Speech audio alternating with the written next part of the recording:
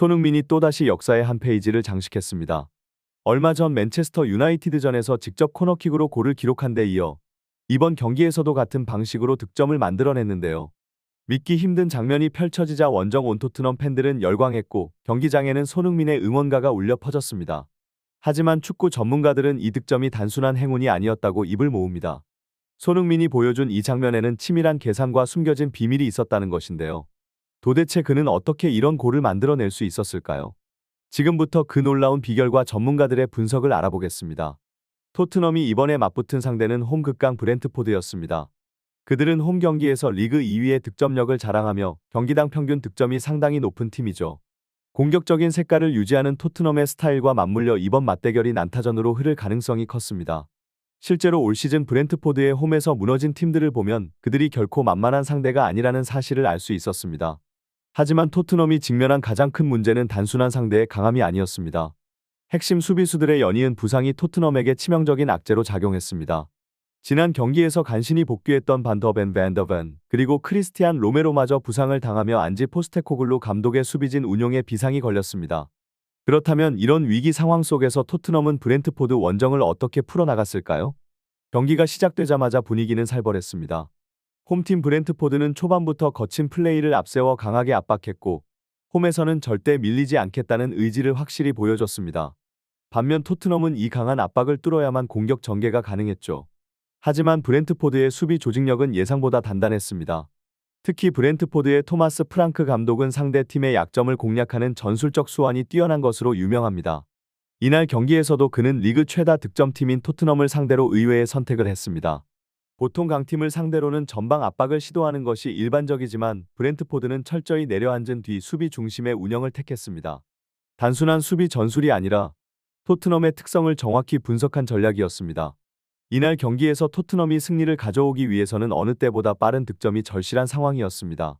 브렌트포드가 내려앉아 경기 운영을 수비적으로 가져가면서 토트넘은 상대의 밀집 수비를 깨뜨릴 해결책을 찾아야 했죠.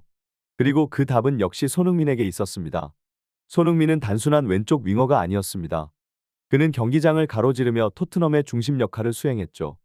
측면에만 머무르는 것이 아니라 때때로 중앙과 오른쪽까지 오가며 공간을 만들었고 상대의 강한 압박에 고전하는 동료들을 돕기 위해 중원 싸움까지 가담했습니다. 그렇다면 왜 득점력이 뛰어난 손흥민이 이런 역할까지 해야 했을까요? 이유는 명확합니다. 손흥민이 아니면 토트넘에서 볼을 운반하고 플레이를 조율할 선수가 없었기 때문이죠. 마디슨이 부상으로 빠진 이후 토트넘의 빌드업과 공격 전개는 명확한 구심점을 잃었고 손흥민이 그 공백을 메워야만 했습니다. 이날 토트넘의 공격은 좀처럼 풀리지 않았습니다. 하지만 결국 손흥민이 해결의 실마리를 찾아냈죠. 중요한 장면을 살펴보겠습니다. 손흥민에게 패스가 향하는 순간 무려 3명의 수비수가 동시에 달려듭니다. 브렌트포드가 손흥민을 얼마나 경계하는지 단적으로 보여주는 장면이었죠. 하지만 손흥민은 침착했습니다. 상대의 압박을 피하며 정확한 패스로 스펜스에게 공을 연결했고 손흥민이 수비를 끌어내는 덕분에 스펜스는 상대 진영을 여유롭게 돌파할 수 있었습니다. 이어서 결정적인 찬스가 찾아왔습니다. 스펜스의 크로스가 문전으로 연결됐고 모두가 득점을 확신했지만 히샬리송이 이를 마무리하지 못했습니다. 그리고 뒤따르던 무어의 터치 역시 너무 투박해 기회는 무산되고 말았죠. 이 장면을 통해 확실히 알 수 있는 점은 브렌트포드가 손흥민을 얼마나 경계했는지 그리고 토트넘이 그에게 얼마나 의존했는지입니다. 이날 토트넘의 공격진은 볼을 지켜내지 못하는 경우가 많았고 무리한 중거리 슈팅으로 공격의 흐름이 끊기는 경우도 많았습니다. 하지만 손흥민만큼은 달랐습니다. 그는 훌륭한 연계 플레이로 공격을 조율하며 흐름을 만들어갔죠. 그런데 이 장면을 본 토트넘 팬들은 조금 다른 시각을 가졌습니다. 그들은 손흥민이 과거 비슷한 상황에서 직접 득점했던 장면들을 떠올리며 왜 리그 최고의 결정력을 가진 손흥민이 패스만 하고 있는 걸까? 라는 의문을 품었습니다.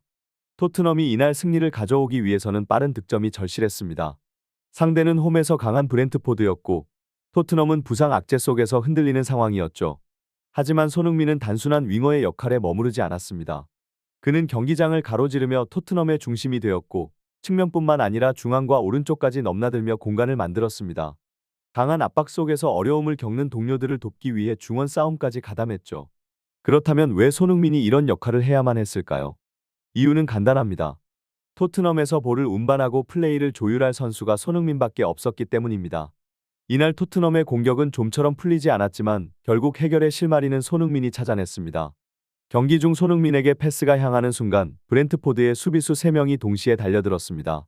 이는 상대가 손흥민을 얼마나 경계하고 있었는지를 보여주는 장면이었죠. 하지만 손흥민은 침착하게 압박을 피하며 정확한 패스로 스펜스를 향해 공을 보냈습니다.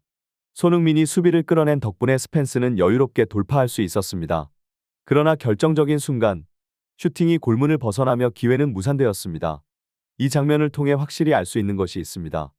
브렌트포드는 손흥민을 가장 위협적인 존재로 인식하고 있었고 모든 수비가 그를 중심으로 움직이고 있었다는 점입니다.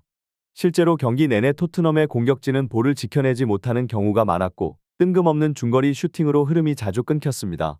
그러나 손흥민만큼은 달랐습니다. 그는 훌륭한 연계 플레이로 공격을 조율하며 흐름을 만들어갔죠. 하지만 이를 본 팬들은 조금 다른 생각을 했습니다. 왜 손흥민이 패스만 하고 있는 거지? SNS상에서도 많은 팬들이 이와 같은 반응을 보였고 중계진 역시 비슷한 의견을 냈습니다.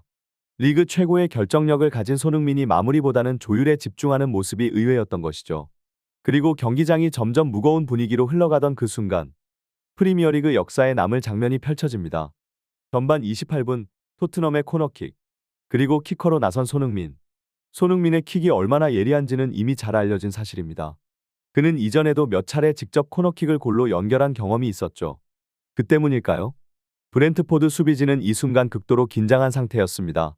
코너킥 직전 박스 안에서는 격렬한 몸싸움이 벌어졌고 심판이 몇 차례나 이를 중재해야 했습니다. 그러나 브렌트포드는 단단한 조직력을 자랑하는 팀입니다. 올 시즌 세트피스 상황에서 단두 골만 허용한 리그 최강 수준의 수비력을 갖춘 팀이었죠. 이런 상대를 무너뜨리려면 완전히 예측 불가능한 무언가가 필요했습니다. 손흥민의 천재적인 선택, 수비가 몰린 곳을 노리다. 손흥민이 선택할 수 있는 옵션은 분명했습니다. 1. 상대적으로 공간이 있는 오른쪽 먼 포스트. 2. 수비가 밀집된 왼쪽 니어 포스트. 대부분의 키커들은 공간이 더 있는 먼 포스트를 공략하지만 손흥민은 정반대의 길을 택했습니다. 수비가 몰려있는 니어 포스트를 향해 킥을 감아찬 것이죠. 이것은 단순한 선택이 아니었습니다. 상대 수비진을 혼란에 빠뜨리는 전략적 판단이었습니다. 손흥민의 킥은 급격한 회전과 함께 날아가며 골문을 향했고 공은 브렌트포드의 비탈리 아넬트 베탈리 제이노트 등에 맞고 방향을 바꾸며 그대로 골망을 흔들었습니다. 브렌트포드 입장에서는 반응하기 어려운 상황이었습니다.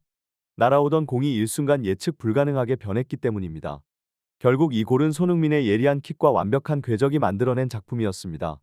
이날 경기의 승패를 가른 결정적인 장면, 그것은 바로 손흥민의 한 방이었습니다. 그가 코너킥을 준비할 때부터 원정 온 토트넘 팬들의 반응은 폭발적이었죠. 엄청난 함성이 경기장을 뒤흔들었고 심지어 홈팬들의 목소리조차 묻힐 정도였습니다. 그리고 그 함성 속에서 손흥민은 날카로운 킥을 감아 올렸고 공은 예측할 수 없는 궤적을 그리며 골문 안으로 빨려 들어갔습니다. 이 한 골이 경기의 흐름을 완전히 바꿔놓았습니다. 브렌트포드는 철저한 수비 전술을 유지하다가 실점 이후 급격히 공격적으로 전환했고 그 과정에서 경기는 더욱 팽팽해졌습니다. 만약 손흥민의 득점이 더 늦게 나왔다면 토마스 프랑크 감독의 계획대로 경기가 흘러가면서 토트넘이 패배할 가능성도 충분히 있었던 경기였습니다. 하지만 손흥민은 여기서 멈추지 않았습니다. 후반 86분 경기 종료가 가까워질 무렵 손흥민의 시야가 빛을 발했습니다. 그는 토트넘 진영에서 상대 수비 라인을 꿰뚫는 칼날 같은 패스를 찔러 넣었고 그 패스는 절묘하게 브렌트포드의 뒷공간을 파고들었습니다. 그리고 그 끝에는 사르페입 메이더사가 기다리고 있었죠. 손흥민의 단 한 번의 패스로 인해 브렌트포드의 수비 라인은 완전히 무너졌습니다. 사르는 침착하게 마무리 슈팅을 성공시키며 팀의 두 번째 골을 만들어냈습니다. 이 순간 경기는 사실상 끝났습니다. 토트넘은 손흥민의 날카로운 킥과 결정적인 패스로 2-0 승리를 확정지었습니다. 경기 직후 BBC는 손흥민이 없었다면 토트넘이 승리하지 못했을 것이라고 보도했습니다. 그도 그럴 것이 손흥민의 득점 전까지 브렌트포드는 철저히 수비적인 운영을 유지하며 토트넘의 공격을 효과적으로 차단하고 있었습니다. 하지만 손흥민의 한 방이 터지자 브렌트포드는 계획을 바꿀 수밖에 없었고 그 과정에서 공간이 열리면서 토트넘이 추가 득점을 기록할 기회를 잡을 수 있었습니다. 이 경기에서 손흥민이 보여준 것은 단순한 개인 능력이 아닙니다. 그는 팀의 중심으로서 경기의 흐름을 읽고 가장 적절한 순간에 가장 필요한 플레이를 해냈습니다. 이것이야말로 리더의 역할이자 월드클래스 선수만이 할 수 있는 일이었죠. 손흥민은 단순한 축구 선수가 아닙니다. 그는 대한민국 축구의 상징이자 세계 무대에서도 인정받는 슈퍼스타입니다. 토트넘의 주장으로서 팀을 이끄는 그의 모습은 단순한 스타 플레이어를 넘어 진정한 리더로 성장했음을 보여줍니다. 이번 경기에서도 그는 경기의 흐름을 읽고 가장 중요한 순간에 팀을 위해 결정적인 한 방을 만들어냈습니다. 그의 득점이 없었다면, 그리고 경기 종료 직전 시야를 활용한 날카로운 패스가 없었다면 토트넘이 승리를 가져갈 수 있었을까요? 손흥민의 가장 큰 강점은 단순한 득점력이 아니라 경기를 읽는 능력과 전술적인 지능입니다. 그는 팀이 어려운 상황에 놓일 때마다 단순히 골을 넣는 것을 넘어 스스로 공간을 만들고 동료들에게 기회를 창출하며 팀을 위한 플레이를 합니다. 이번 경기에서도 상대 수비의 견제가 극심했음에도 불구하고 그는 적절한 순간에 최선의 선택을 하며 토트넘을 승리로 이끌었습니다. 이러한 플레이는 리더십이 없이는 불가능한 일입니다.